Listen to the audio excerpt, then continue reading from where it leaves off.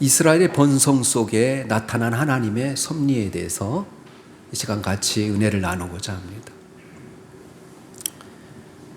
우리 한국교회가 1970년도부터 시작해서 2000년도까지 약 30년 동안 한국교회는 성장했습니다. 이 성장의 열매는 1000만 기독교인이라는 영광의 타이틀이었습니다. 그런데 그 자부심과 긍지는 한 세기도 지나기도 전에 2010년 이후에는 내리막길을 달리고 있습니다. 교회의 외형적인 모습뿐만 아니라 교회의 사회의 영향력인 측면에서 심각한 상황에 이르고 있습니다. 통계에 의하면 애장 합동이 70만 명이 줄어들었고 또 우리 통합 측이 50만 명이 줄었습니다. 기독교 감리교가 38만 명이 줄어들었고 고신이 11만 명이 줄었으며 기장이 13만 명이 줄었고 기독교 성결교가 20만 명이 줄어들었습니다. 그 외에도 많은 군소교단이 있지만 이 주요 교단의 숫자가 200만 이상이 줄었습니다. 기독교 실천윤리위원회에 의하면 2020년도 신뢰도 조사에서 한국교회를 매우 신뢰한다 이렇게 생각하는 사람은 6.7%에 불과합니다. 약간 신뢰한다는 사람이 25% 나왔습니다. 이 숫자의 감소와 동시에 교회의 영향력이 상실되고 있습니다. 교회가 세상의 소망이 되지 못하고 교회가 존재하는 이유를 보여주지 못하고 있습니다. 오직 개인의 만족을 위한 토속 종교로 전락하고 말았습니다. 이것이 2020년도예요. 그렇다면 지금 코로나 상황이 2023년을 맞이해 더 심각한 거죠. 이 모든 것이 한국교회를 보여주는 표시입니다. 교회를 개척하고 교회당을 헌당하는 것이 최고의 영광이라 여겼던 지난날의 모습은 이제 더 이상 교회에서 찾아볼 수가 없습니다.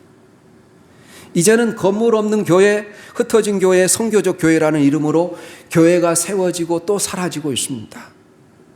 교회들이 운영비 때문에 같은 예배 공간을 여러 교회가 시간을 달리하여 공유하고 운영비를 같이 부담하는 공유교회가 실제적으로 우리 통합 측을 중심으로 시작됐습니다. 운영비를 부담하는 이 공유교회, 이 김포에서부터 시작되고 그래서 한 교회 건물을 내주고 여러 교단들이 같이 시간을 달리해서 예배를 드리고 있어요. 교회를 세우는 부담은 단지 건물에만 한정되지 않고 있습니다. 코로나를 겪고 나서 봉사의 영역에도 나타나고 있습니다. 코로나 여러분 이후에 개 교회마다 식당 봉사에 대한 부담감을 표출하고 있습니다. 교회는 대접받는 곳이지 헌신하는 곳이 아니라고 생각하고 있습니다. 그래서 익명의 그리스도인으로 사는 것이 가파르게 늘고 있습니다. 자기가 그리스도인임을 드러내지 않고 살아요. 그러나 여러분 신앙의 절정은 무엇보다도 그리스도의 몸인 교회를 세우는 데 있습니다. 교회는 서로 짐을 지고 모두가 희생할 때 세워지는 것입니다. 교회로 모이는 공간은 항상 필요한 것이죠. 이 일을 감당하려면 교회를 세우는 부담을 허물고 우리가 기쁨과 헌신을 회복해야 됩니다. 교회는 본질적인 교회의 기능을 회복하고 목사는 복음의 핵심을 전하고 교회 직분을 가지신 분들은 부르심의 소명에 순종하고 헌신해야 되는 것입니다. 우리 모두 다 같이 힘을 모아 남아있는 우리 성도들만이라도 서로 행복하고 그리스도의 사랑으로 한 마음과 한 뜻을 품고 교회를 섬기기를 바랍니다. 소망 가운데 인내하고 믿음의 역사를 일으키며 사랑 가운데 희생함으로 교회를 세우고 하나님의 나라가 우리 가운데 이루어지고 확장되어 우리 모두 올 한 해 하나님 아버지께 영광 돌릴 수 있기를 예수님의 이름으로 축원합니다.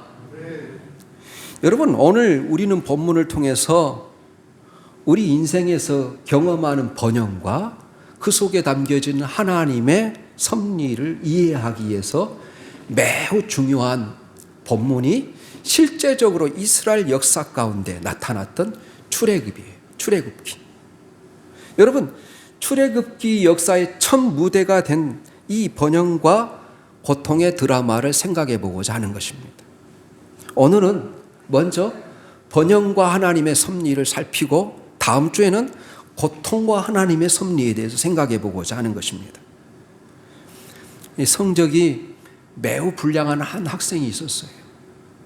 그래서 아버지가 학교에 불려졌습니다.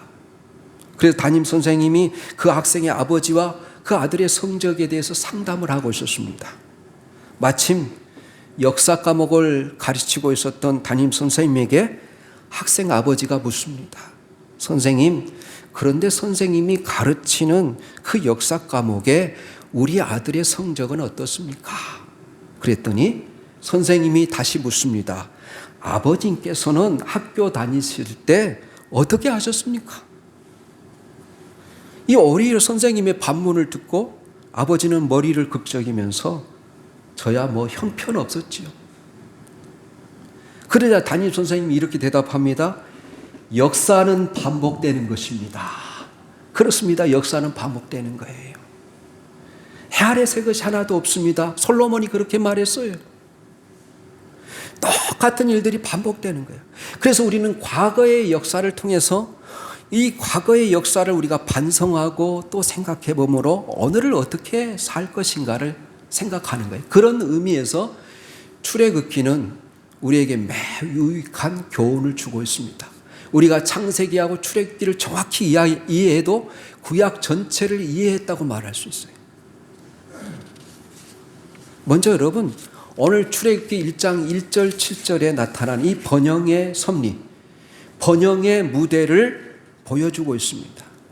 여러분, 믿음의 조상 아브라함의 후손인 야곱의 가족은 팔레스타인 땅, 지금 이스라엘 민족이 유대인들이 살고 있는 땅에 흉년이 들자 요셉의 권고로 흉년을 피하여 애굽 땅으로 이주하게 되었어요. 오늘날로 말하면 이민을 간 것입니다. 세상이 어려워지면, 이 땅에서 살기가 어려워지면 사람들은 이민을 생각하지 않습니까? 오늘날은 캐나다로, 호주로 이민을 가요. 캐나다에 살고 있는 우리 동기 목사님이 한국의 교회에서 초빙을 해서 거기에서 너무 힘들게 목회를 하다가 한국 교회 큰 교회로 왔어요. 그런데 다시 캐나다로 가고 싶어 해. 자기는 언제든지 그만두고 다시 캐나다에 가서 살고 싶대. 운전하면서 캐나다에서 개척교회를 하며 살았는데 그것이 더 행복하다는 거예요. 캐나다가 그렇게 살기가 좋은 곳이 캐나다입니다. 호주입니다. 옛날에는 우리가 미국으로 이민을 갔지 않았습니까? 여러분, 이 하나님께서 애굽 땅에 여러분 몇 명이 내려갔을까요? 야곱의 가족이 70명이 내려갔다라고 오늘 성경 5절에 이야기하고 있어요. 그런데 하나님이 그들에게 어떤 축복을 주십니까? 7절에 보면 이스라엘 자손은 생육하고 불어나고 번성하고 매우 강하여 온 땅에 가득하게 되었더라. 그래요. 여러분, 똑같은 단어의 표현이 4번이나 반복되었어요. 무슨 말입니까? 하나님의 놀라운 은혜가 임했다는 거, 하나님의 축복이 임했다는 거예요. 하나님이 특별히 개입하신 사건이었다는 것입니다. 그래서 그들이 마침내 이 모세의 지도 아래 이집트를 떠날 때, 출애굽할 때 최종적으로 몇 명이 되었을까요?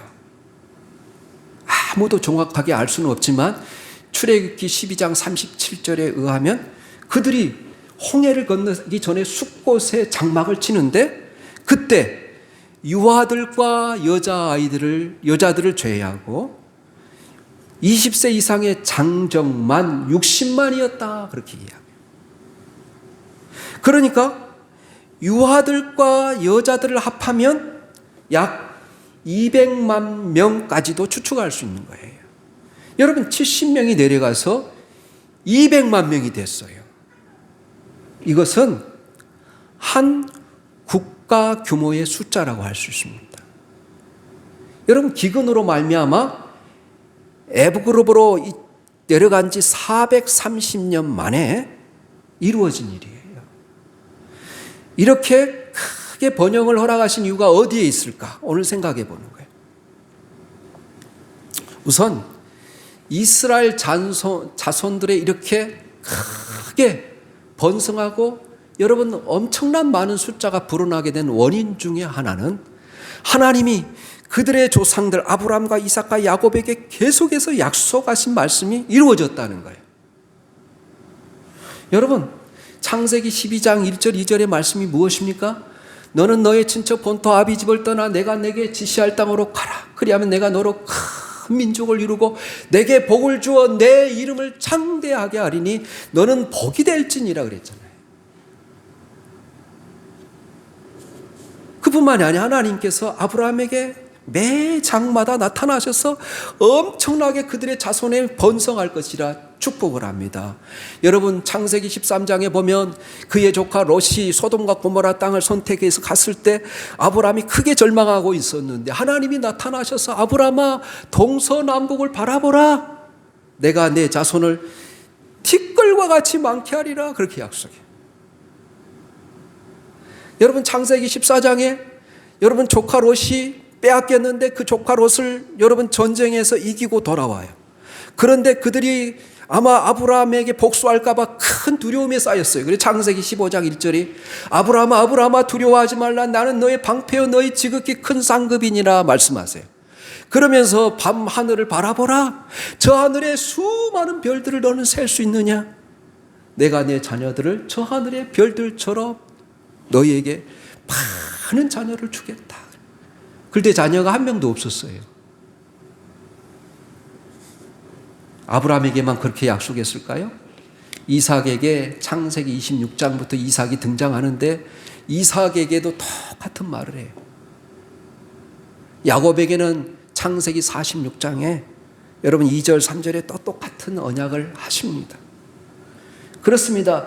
이스라엘 백성의 번성은 하나님이 당신의 자녀들에게 약속하신 그 약속을 신실하게 지키셨다는 거예요. 그 약속이 이루어졌다는 표시입니다. 사실 하나님께서 야곱의 자손을 이주시킨 목적 중에 하나는 그들을 번성하게 하시기 위해서였어요. 그들은 당시 패권국, 그 주변의 모든 나라를 다스리고 있었던 이집트에 여러분 그들이 이주됨으로 이집트의 통치 아래서 안정된 생활을 통해서 속히 번성할 수 있었어요. 이와 같이 하나님은 당신의 약속을 변개치 아니하시고 반드시 이루시는 신실하신 분이십니다. 그러므로 우리는 하나님의 약속이 무엇이든지 반드시 성취될 줄로 믿고 확신해야 되는 거예요. 특별히 주님이 다시 오신다는 약속과 하나님께서 우리에게 주시는 천국의 구원의 약속이 반드시 이루어질 것을 믿으시기를 예수님의 이름으로 응원합니다. 하나님은 신실하신 분이에요. 약속을 지키시기는 성실하신 분이에요. 하나님은 나를 위하여 예수 그리스도를 십자가에 죽게 하시고 또 나를 위하여 부활하게 하시고 나를 너무 사랑하셔서 다시 우리를 부르러 오실 것입니다. 그 하나님은 반드시 약속한 것을 지키시고야 마치는, 언약을 이루시고야 마치는 하나님이라는 거예요. 우리 한번 두 구절 찾아보겠습니다. 이사야 55장 11절 말씀하고 민수기 23장 19절 말씀이에요. 먼저 여러분 이사야 55장 10절 11절 말씀 띄워주세요. 우리 같이 11절 말씀 읽겠습니다. 여러분 11절 말씀입니다. 같이 읽습니다. 시작. 내 입에서 나가는 말도 이와 같이 헛되이 내게로 되돌아오지 아니하고 나의 기뻐하는 뜻을 이루며 내가 보낸 일에 형통함이니라. 이렇게 말해요.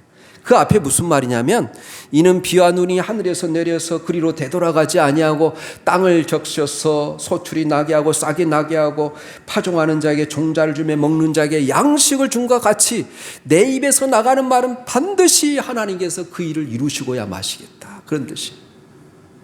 또 민수기 23장 19절의 말씀, 발람이 선포했던 말씀이에요. 우리 또 같이 한번 민수기 23장 19절 말씀 띄워주세요. 민수기 23장 19절입니다. 우리 제가 여러분을 대신해서 읽어드리겠습니다.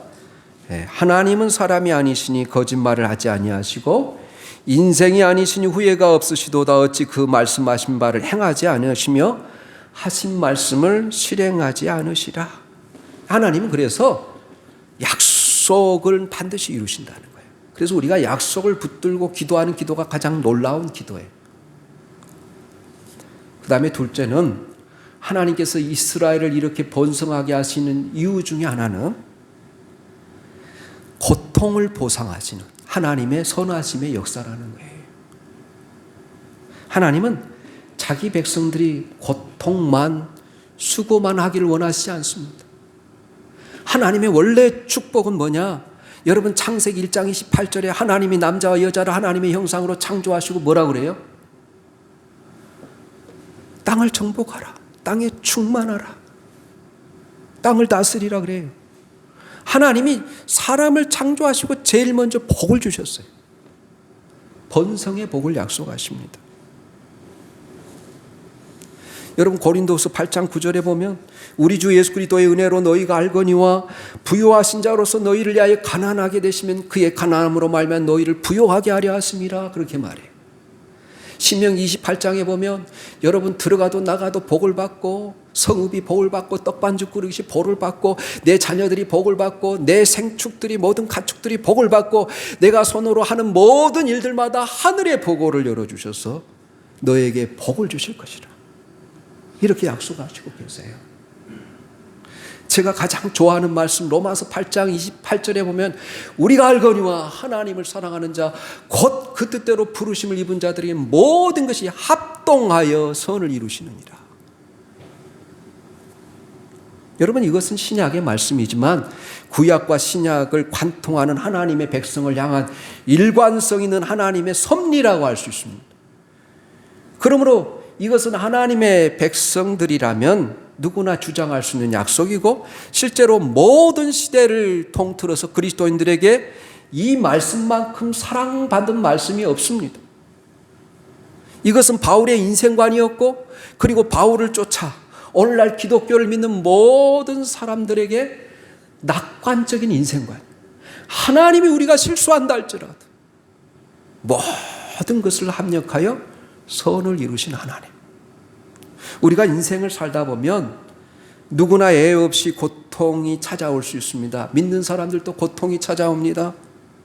그러나 하나님이 이 고통을 반드시 선으로 변화시켜 주신다고 약속하시고 계세요.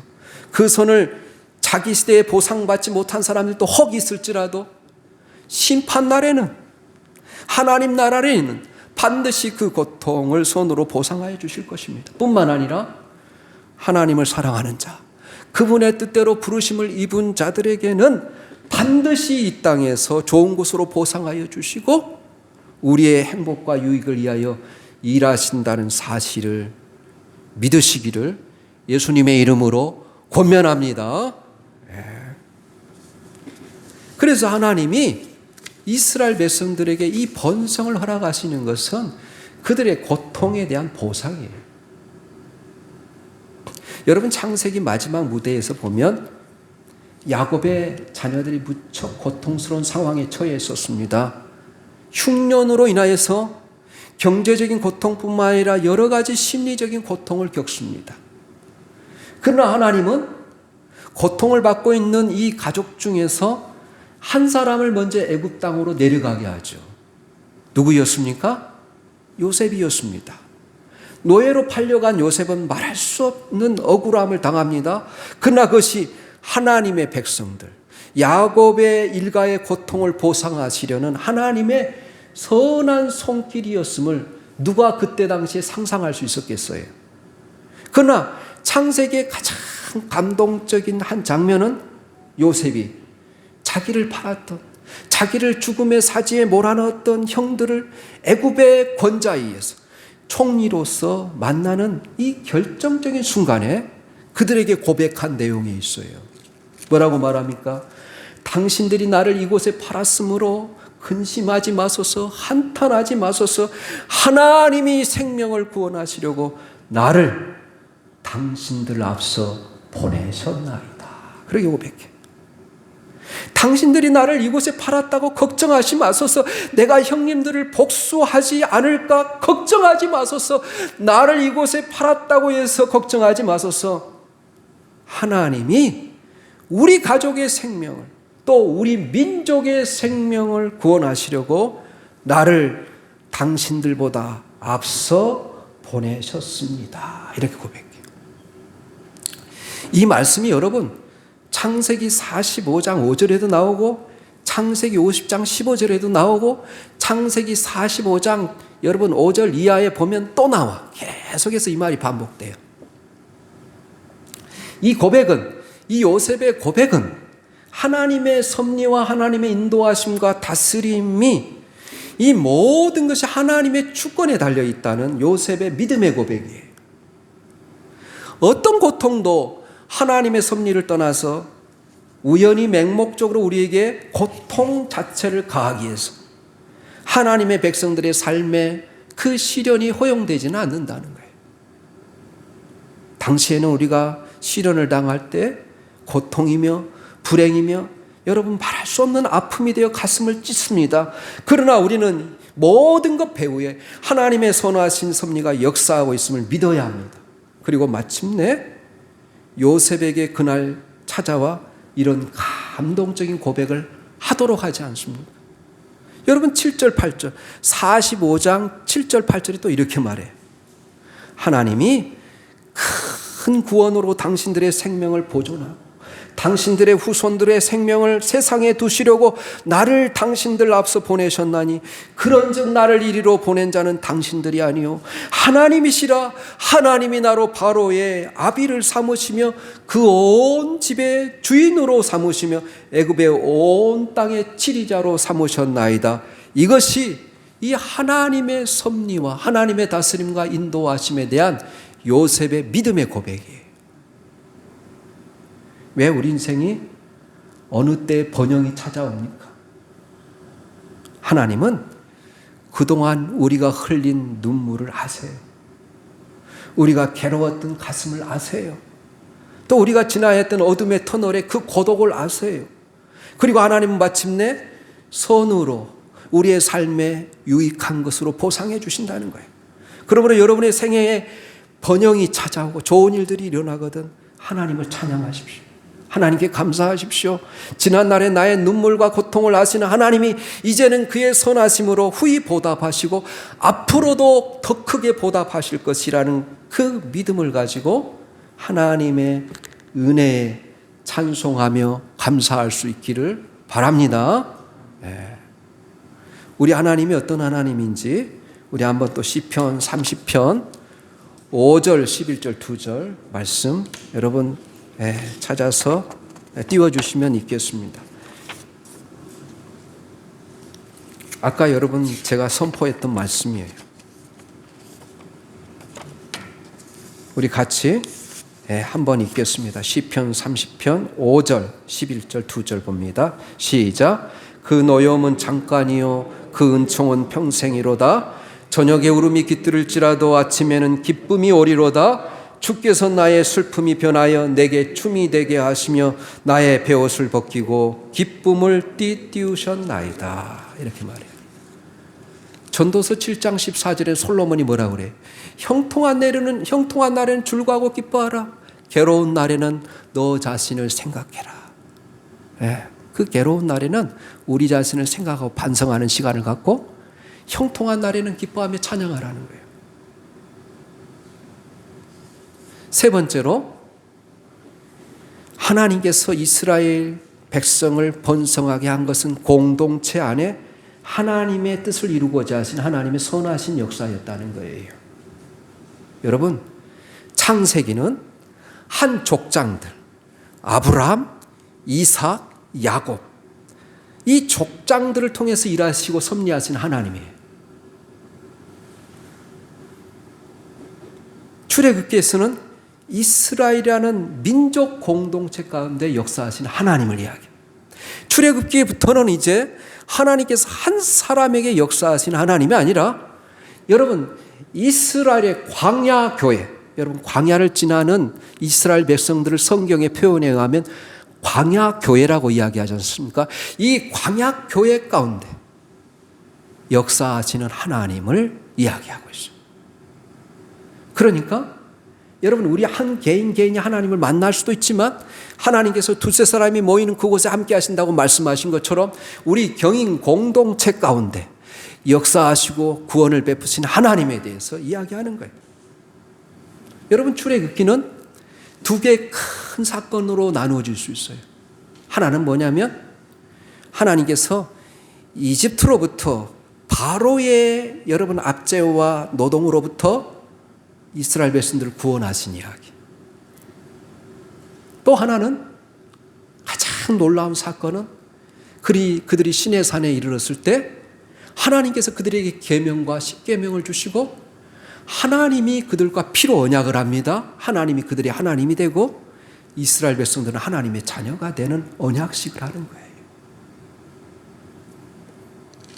그래서 여러분, 출애굽기는 반 정도, 출애굽기 한 반 정도는 가혹한 학대를 받던 미천한 한 민족이 종살이에서 건진받아 자유로운 삶으로 옮겨가는 흥미진진한 이야기로 구성되어 있고, 나머지 반은 이제 구원받는 하나님의 자녀들이 자유로운 삶을 지루하다 싶을 정도로 세심하게 가르치고 훈련시키는 이야기.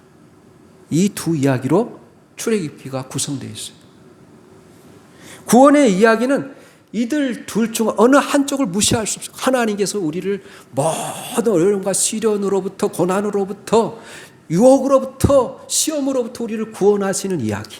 또 하나는 이제 구원받는 자녀들이 어떻게 하나님이 주신 이 자유와 해방을 누리며 살아갈 것인가에 대한 이야기예요.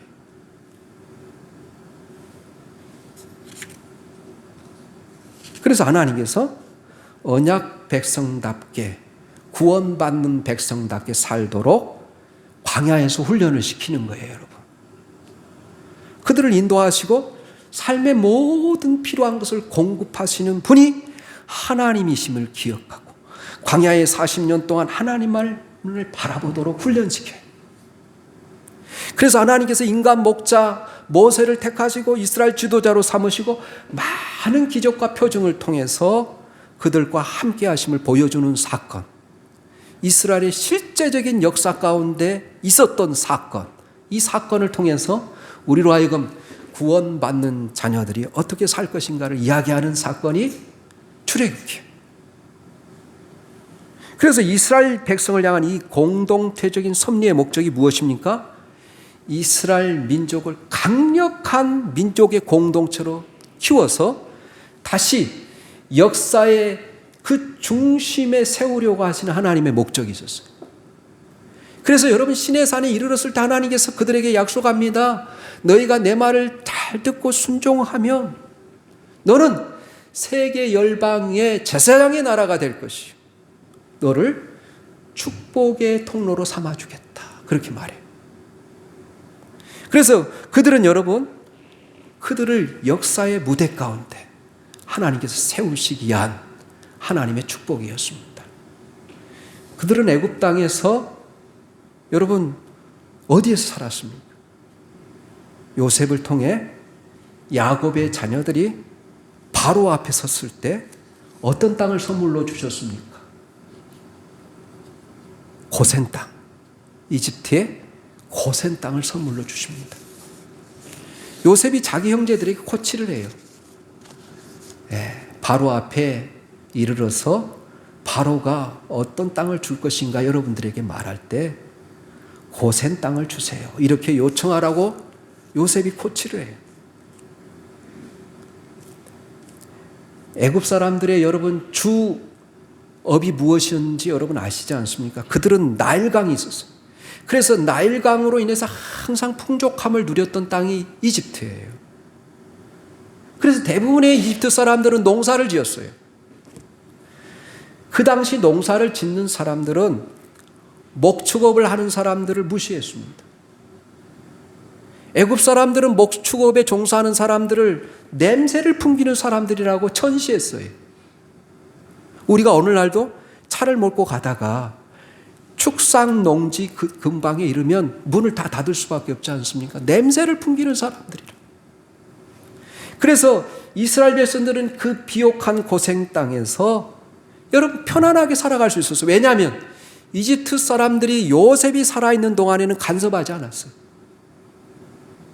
또 그 땅이 애굽에 속한 땅이었기 때문에 다른 주변의 나라들이 전혀 넘볼 생각을 하지 못했어요.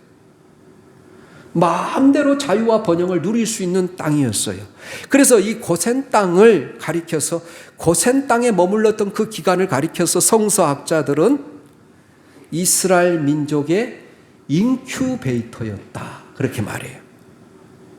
어린 생명처럼 땅이 아주 연약한 생명이었던 이스라엘 민족을 잘 키워가지고 바깥으로 내놓는 역할을 했던 땅이 바로 고센 땅이었다는 거예요. 그러므로 우리는 이 전체적인 하나님의 역사를 조망해 볼 때 하나님의 큰 섭리 안에 이런 계획이 숨어 있었다는 사실을 우리가 놓치지 말아야 된다는 거예요. 야곱이요, 그 아들 요셉을 통해서 애굽으로 오라는 소리를 들었을 때 여러분 가기를 주저합니다. 창세기 46장 3절에 보면 하나님이 나타나서 이렇게 말해요. 야곱아, 이집트에 내려가는 것을 두려워하지 말라. 거기서 내가 너로 큰 민족을 이루게 할 것이다. 그러니까 그것은 하나님의 계획이었다는 거예요. 하나님의 섭리였다는 거예요. 이스라엘 백성들이 이집트에서 번영의 한때를 누릴 수 있었던 것은 첫째로 뭐라고요? 하나님이 그들의 조상들과 하신 약속을 성취하신 사건이고, 둘째로 이 개인적인 이 고통을 보상하시는 하나님의 간섭하시는 손길이었고, 셋째로 하나님의 뜻을 이스라엘 민족 공동체 안에 이루고자 하시는 하나님의 선하신 손길이었습니다. 하나님께서 자신이 택하신 이 역사의 무대에 그들을 제사장의 나라로 세우고자 하시는, 그래서 그들에게 복을 주셨어요. 그래서 여러분 오늘 7절의 말씀처럼 그들이 생육하고 번성하고 온 땅에 충만하게 되었어요. 이스라엘 자손은 생육하고 불어나 번성하고 매우 강하여 온 땅에 가득하게 되었더라, 이렇게 되어 있어요. 우리 마지막으로 두 구절 찾아보고 말씀을 마칠까 해요. 이사야 60장 22절하고 마가복음 4장 31절 32절이에요. 이사야 60장 22절의 말씀입니다. 같이 읽겠습니다. 시작. 그 작은 자가 1000명을 이루겠고 그 약한 자가 강국을 이룰 것이라. 때가 되면 나 여호와가 속히 이루리라. 마가복음 4장에서 우리 주님은 천국을 이렇게 비유합니다. 마가복음 4장 여러분 31절 32절이에요. 우리 또 같이 읽겠습니다. 시작.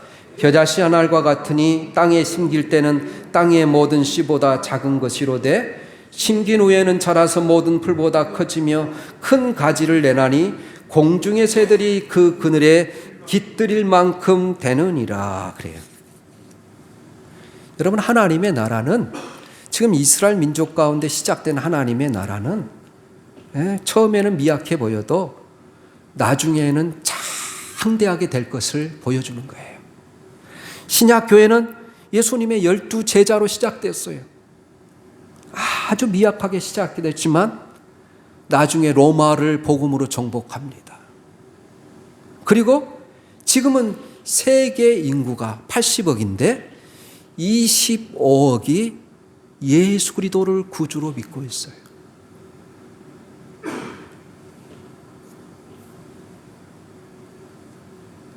그러므로 우리는 삶 가운데 이 번영이 찾아올 때 이렇게 생각해야 됩니다. 그것은 우리로 하여금 먹고 즐기고 놀게 하기 위해서가 아니라 하나님이 우리를 쓰시기 위해서 준비하신 때라고 성경은 이야기합니다. 하나님께서 우리에게 주신 복, 하나님께서 우리에게 주신 물질과 지위와 달란트, 그리고 내 삶의 좋은 환경과 번영이 하나님의 뜻과 영광을 위한 도구로 쓰시기 위한 하나님의 축복이라는 거예요. 어떻게 이렇게 미미한 존재에 불과했던 야곱의 자손들이 430년이 흐른 후에는 애굽인들이 두려울 만큼 번성하고 강해졌습니까? 그것은 하나님이 그들과 함께 하신 결과라는 거예요. 우리 성도들도 마찬가지입니다. 하나님이 우리와 함께 하시면 세상 사람들이 두려워하고 놀랄 만큼 강성해지게 됩니다. 그러므로 우리는 현재 우리의 상황이 미약하다 할지라도 어떤 상황에서도 하나님을 의지함으로 더 번성하고 더 강해지고 더 담대해지고 또 교회적으로는 부흥하고 발전할 수 있기를 예수님의 이름으로 축원합니다. 아멘.